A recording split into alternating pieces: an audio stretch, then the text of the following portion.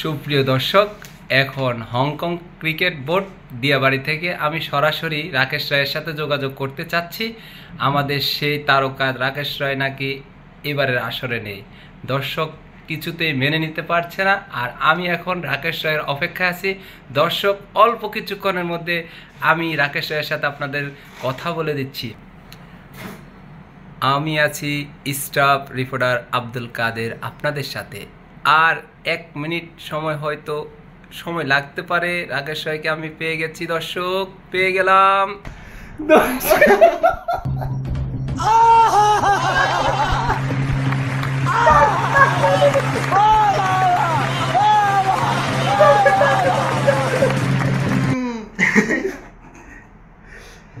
দর্শক, আমরা পেয়ে গেছি রাকেশ রায়কে।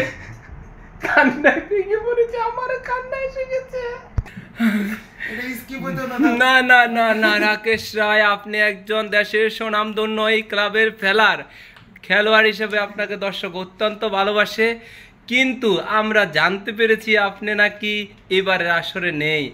আরে রাকেশ রায়, আপনি তো হচ্ছেন রাকেশ রায়, আপনি তো কোনো শিল না, কামার না, কুমার না, আপনার তো ব্রাহ্মণ। আপনার একটা মর্যাদা আছে, সম্মান আছে, কিন্তু আপনাকে এই আসর থেকে বাদ দেওয়ার কারণ কি? আপনি দলের ব্যাপারে কিছু একটা আমাদেরকে বলুন।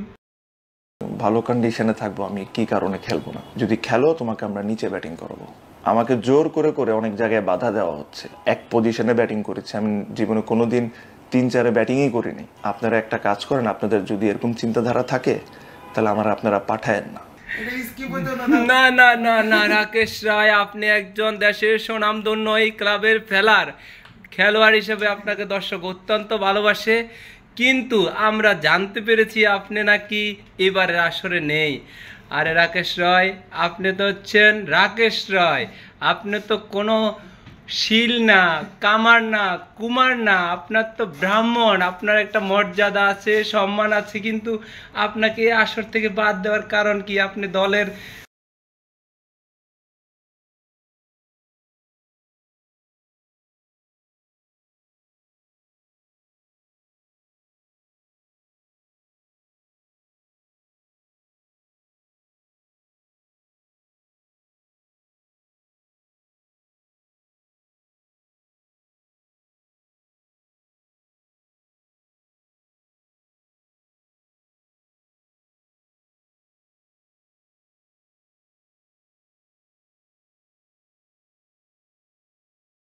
থাকেন। সবচেয়ে ইম্পর্টেন্ট যে ইনসিডেন্টটা বা কথাটা, যে ফিজিওর রিপোর্টে কি ছিল, আমি কালকে দেখেছি যে অনেকে বলতেছে ফিজিও রিপোর্ট যে এক্স্যাক্টলি যে কথাটা ছিল আমি আপনাদের সাথে শেয়ার করি।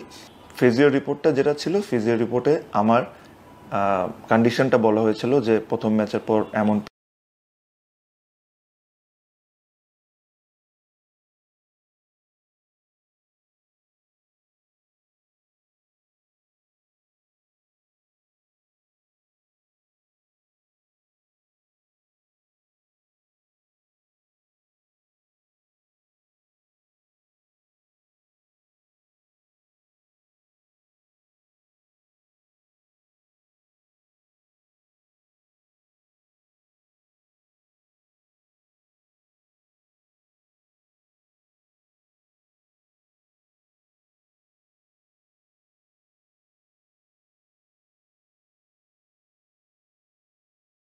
একজনের সাথে লাস্ট 3-4 মাসে 7-8টা কাহিনী যদি হয়, তাহলে এটা ইন্টেনশনাল হয়। This is what I felt.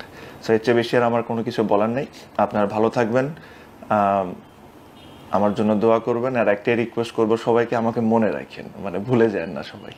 ভালো থাকেন সবাই, থ্যাংক ইউ।